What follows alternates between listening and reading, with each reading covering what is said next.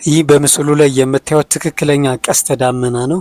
ምንም አይነት ኤአይ ጄኔሬትድ የሆነ ወይንም በኮምፒውተር ጄኔሬትድ የተደረገ የቀስተ ዳመና ወይም የሬንቦ ምስል አይደለም።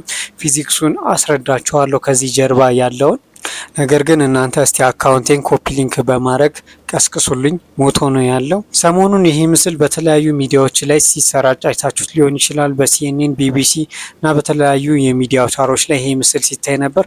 ትክክለኛ ቀስተ ዳመና ነው።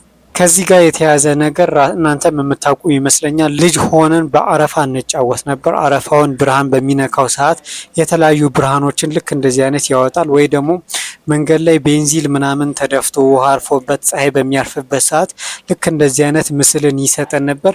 እሱ በትልቅ ሲቀመጥ እንደማለት ነው የዚህ የቀስተ ደመና ጉዳይ ማለት ነው። እንደዚህ አይነት የብርሃን ክስተት ኢሪደሰንስ ይባላል። እንደምታዩት በዚህ ደመና ውስጥ የዋተር ድሮፕሌት ማለትም የውሃ ጠብታዎችና የበረዶ ክሪስታል ወይንም የበረዶ ቅንጣቶች አሉ። እነዚህ ቅንጣቶች ብርሃን በሚያርፍባቸው ሰዓት ብርሃኑን ወደ ተለያየ ከለር ስፕሊት ያደርጉታል ወይንም ይበትኑታል ማለት ነው። በዚህም ምክንያት ይሄኛው ምስል ይፈጠራል። ይህ ምስል በሚፈጠርበት ሰዓት አንዳንዶቹ በአንድ በኩል ጎላ ብሎ ወደ ሌላኛው ሳይድ ደግሞ ፌድ እያደረገ የሚሄድ ከለርን ይፈጥራል ማለት ነው። እንደዚህ አይነት የቀስተ ዳመና አይነት ግን የሚፈጠርበት ኬዝ በጣም ሬር ነው።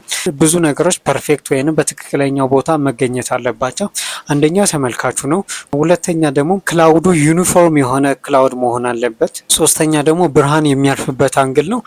ስለዚህ እነዚህ ሶስቱ በአንድ ላይ በሚመጡበት ሰዓት ነው ይሄ ምስል ማየትም ማግኘትም የሚቻለው ማለት ነው። ከነዚህ ሶስቱ አንዱ የሚቀየርና የማይኖር ከሆነ እንደዚህ አይነት ምስልን ማግኘት አንችልም ማለት ነው። እስቲ እናንተ የተሰማችሁን ኮመንት ላይ አሳውቁኝ። ሳይንሳዊ ነገር የሚመቻችሁ ከሆነ ላይክ፣ ፎሎ፣ ሼር ማድረግ እንዳይረሳ። አመሰግናለሁ።